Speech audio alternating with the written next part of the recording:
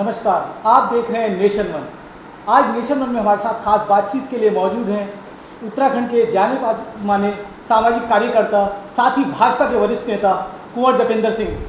कुंवर साहब की अगर बात की जाए, ये उत्तराखंड में एक ऐसी मुहिम से जुड़े हैं जिससे लाखों अभिभावकों की भावनाएं जुड़ी हुई हैं। जी हाँ, हम बात कर रहे हैं उत्तराखंड शिक्षा नीति को लेकर, जो लगातार फीस बढ़ोतरी का मामला पूरे लॉकडाउन को देखने के सामने आया है। वहीं उसके खिलाफ कहीं ना कहीं कुंवर साहब ने जाकर हाई कोर्ट में याचिका दायर की। मामला इतना बड़ा, हाई कोर्ट से मामला सुप्रीम कोर्ट पहुंचा, फिर दूसरे प्रदेश भी उसी स्तर पर चले और कहीं ना कहीं फीस की जो बढ़ोतरी का मामला था उसको लेकर सरकार ने कई जगह काम किया। बात करते हैं पूरे मामले पर कुंवर साहब से। कुंवर साहब, बहुत स्वागत है। बहुत बहुत धन्यवाद आपका। कुंवर साहब, पूरी शिक्षा नीति की अगर बात की जाए, उत्तराखंड में लगातार सरकारें कांग्रेस की भी आई, भाजपा की भी आई, एक परफेक्ट शिक्षा नीति अभी तक सुनने को नहीं मिल पाई। क्या पिछली सरकारों के जो मंत्री रहे हैं या जो अभी मंत्री हैं, आपकी लोगों से बातें हुई हैं, क्या है अभी पूरा मामला?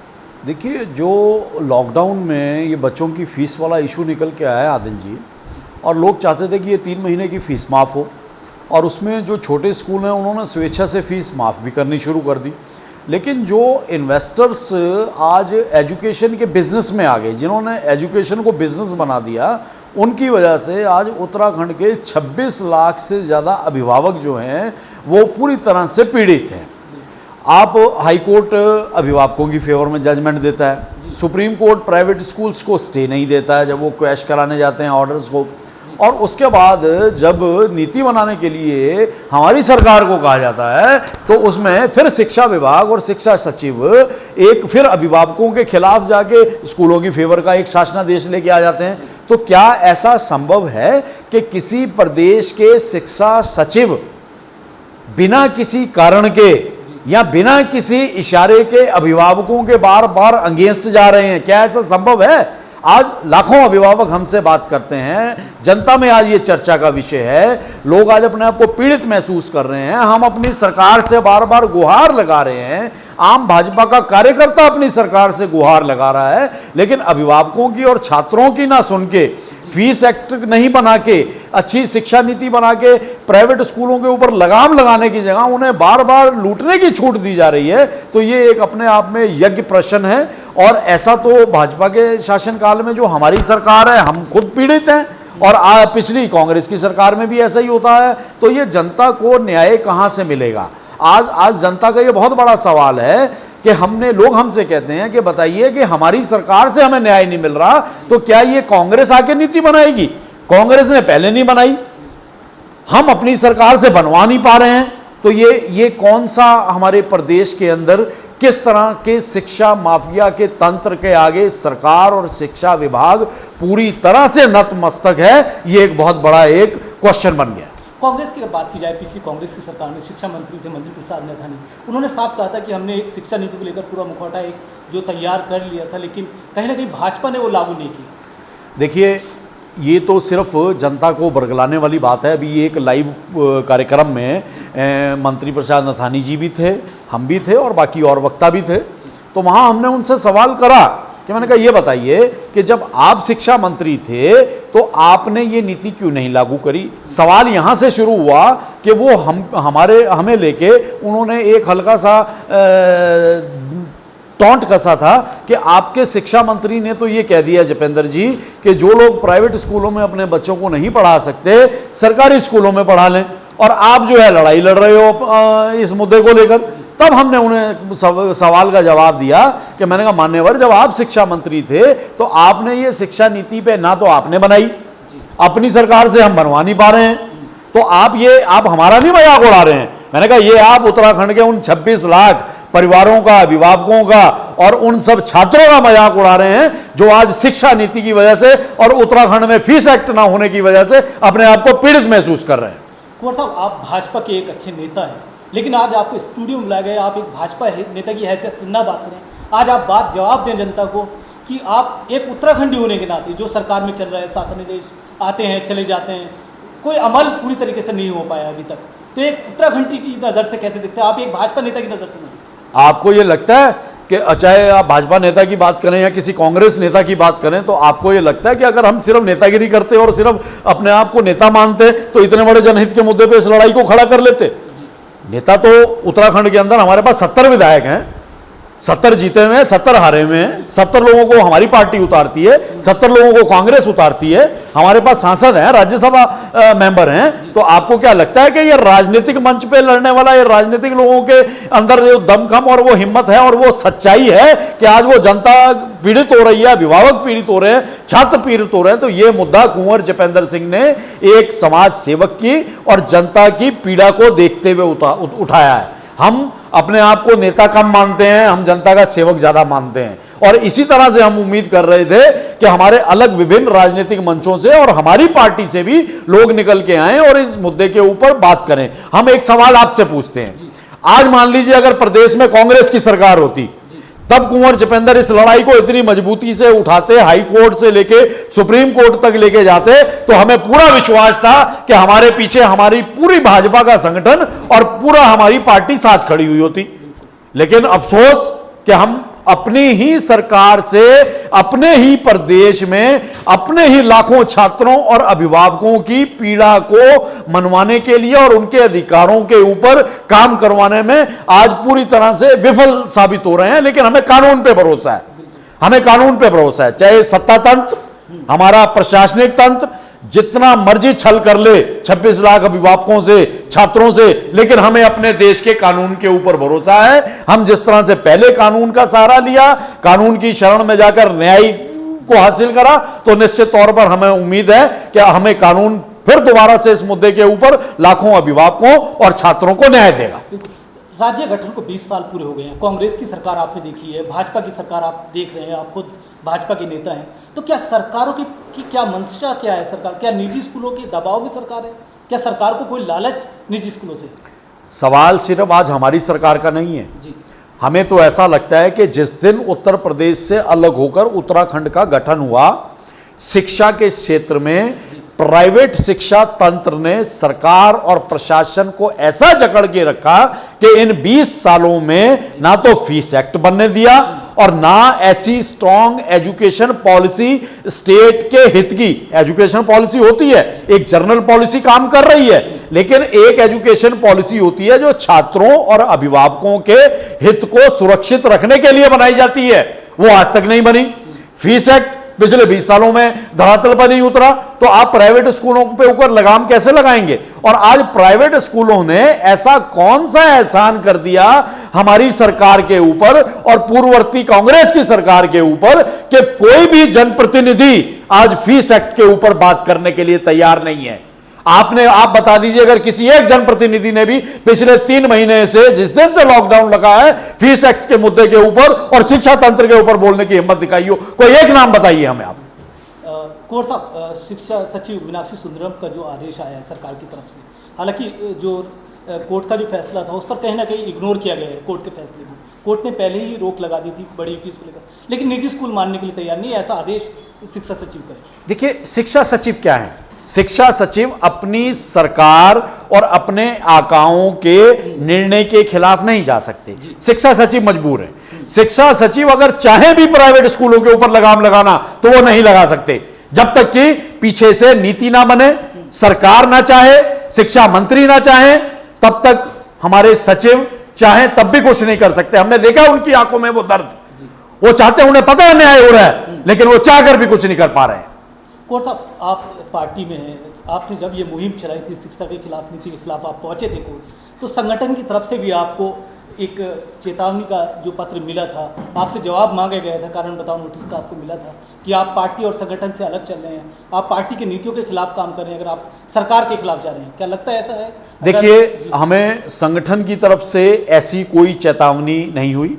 वो मात्र और मात्र हमारे कुछ ऐसे, जिनका हम अभी नाम लेना उचित नहीं समझेंगे, कुछ लोगों की वो एक साजिश थी कि किसी तरह जिनका प्राइवेट स्कूलों के साथ बहुत मधुर संबंध है, तो ये कहीं ना कहीं जिस तरह से आज तक प्राइवेट स्कूल्स ऑनर्स ने और उस तंत्र ने आज तक शिक्षा नीति नहीं बनने दी, फीस एक्ट नहीं बनने दिया, तो ये भी उनकी साजिश का हिस्सा था कि किसी तरह इनकी आवाज को दबाने का प्रयास किया जाए, लेकिन वो सारा खेल बेनकाब हो गया।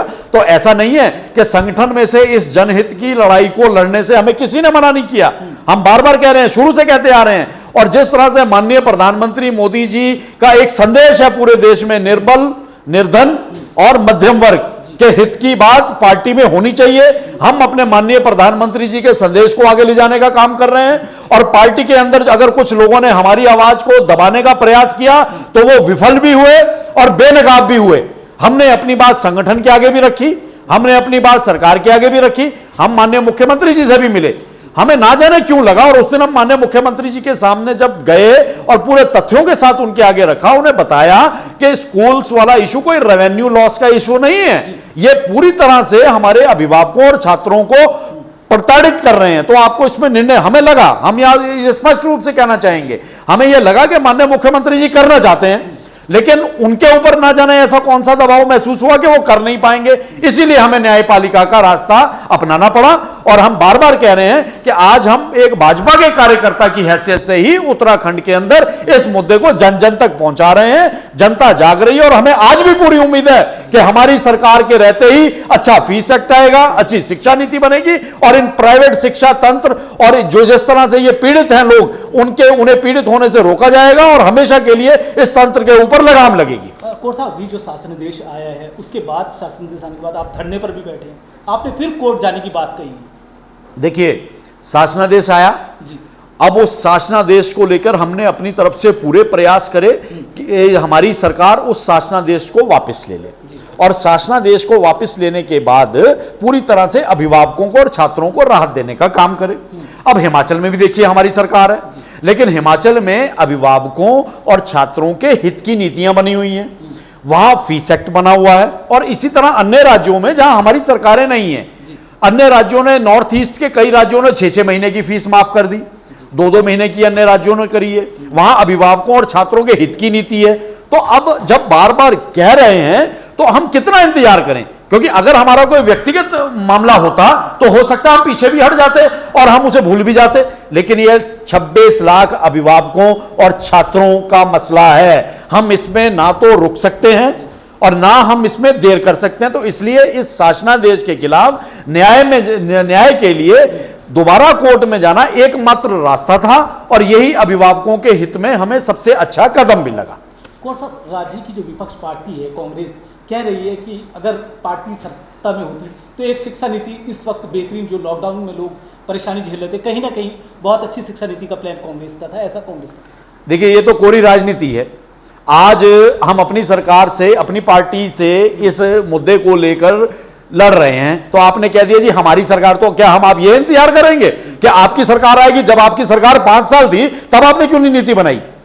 तब आपने क्यों नहीं नीति बनाई?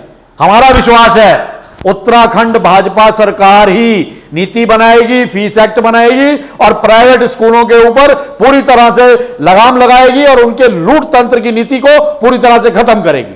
जैसा कि आप भी बता रहे हैं, सरकारें क्यों नहीं कर पाती, क्या दबाव सरकार के ऊपर रहता है?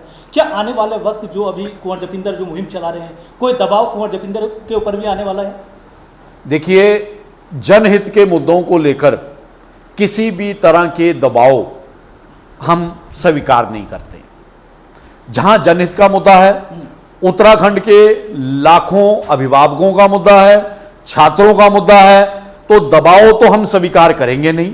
अगर कुंवर जपेंद्र को फांसी पे लटका के उस आवाज को दबाया जा सकता हो तो जिसमें दम है वो दबा ले, इससे ज्यादा हम कुछ नहीं कह सकते। आगे की क्या योजनाएं भी चल रही हैं, आगे की क्या प्लानिंग अभी पूरा है?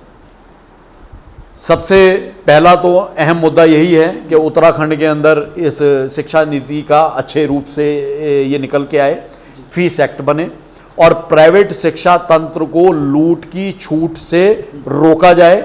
उनके लिए पूरे मापदंड बने कि कितनी वो फीस ले सकते हैं, कैसे वो अपने शिक्षा संस्थानों को चला सकते हैं, क्योंकि एजुकेशन एक नोबल कॉज है, ये व्यापार नहीं है। और जिन लोगों ने इसे व्यापार बना दिया, आज हम इसके साथ आपके मन से एक बात और जोड़ना चाहेंगे कि अब ये सिर्फ नर्सरी से 12th तक की शिक्षा की लड़ाई नहीं है, ये हायर एजुकेशन भी इसमें शामिल हो गई।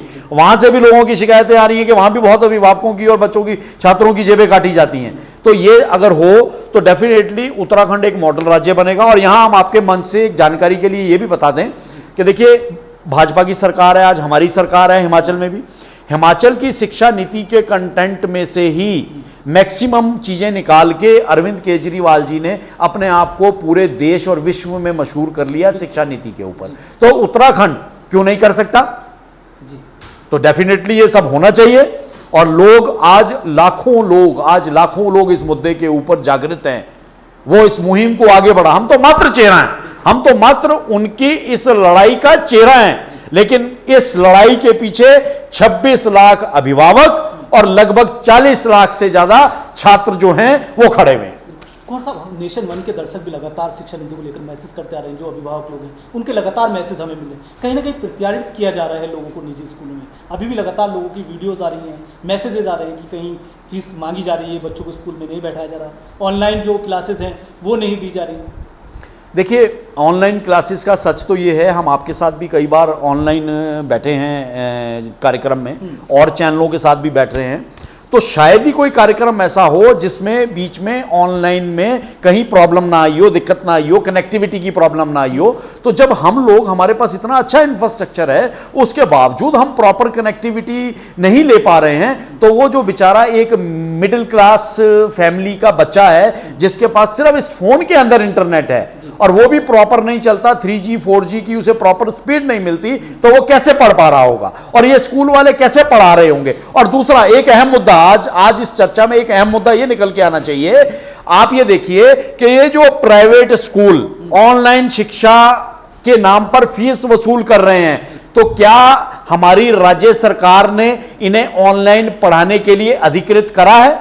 क्योंकि अगर ये ऑनलाइन पढ़ाने के लिए सरकार द्वारा अधिकृत है, तब ये सरकार के कानूनी शिकंजे में आ सकते हैं कि ऑनलाइन आपकी कनेक्टिविटी प्रॉपर है कि नहीं है, आप कैसे पढ़ा पा रहे हैं। और हमें तो लगता है कि इन्हें सरकार की तरफ से अधिकृत भी नहीं किया गया होगा, ये तो पूरी तरह से सरकार को इस्तेमाल कर रहे हैं और अभिभावकों की जेब काट रहे हैं, और इन्हें बिना अधिकृत करे ये कैसे ऑनलाइन पढ़ा रहे हैं जबकि प्रॉपर कनेक्टिविटी नहीं है। और हम आपको इस मंच के माध्यम से अपील करना चाहते हैं कि आप अपने चैनल के माध्यम से अभिभावकों को जोड़ें, फोन लाइंस पे फोन्स के ऊपर छात्रों को जोड़ें, ताकि वो जो पीड़ा यहां लाखों अभिभावकों और छात्रों की पीड़ा है, वो पीड़ा निकलकर पूरे प्रदेश में सामने आए और इस ऑनलाइन शिक्षा का सच निकलकर सामने आए, ताकि हमें ये तो पता चले। आज तक तो हम लोग चर्चाएं कर रहे हैं, स्कूल वाले कह रहे हैं हम ऑनलाइन पढ़ा रहे हैं, सरकार से वो परमिशन मांग लेते हैं, सरकार बिना ये क्वेरी करे हुए कि ऑनलाइन का लाभ मिल भी पा रहा है या नहीं मिल पा रहा है, आप उन्हें फीस लेने की इजाजत दे देते हैं। तो क्यों ना ऐसा आपके मंच से ऐसा कोई सार्थक प्रयास हो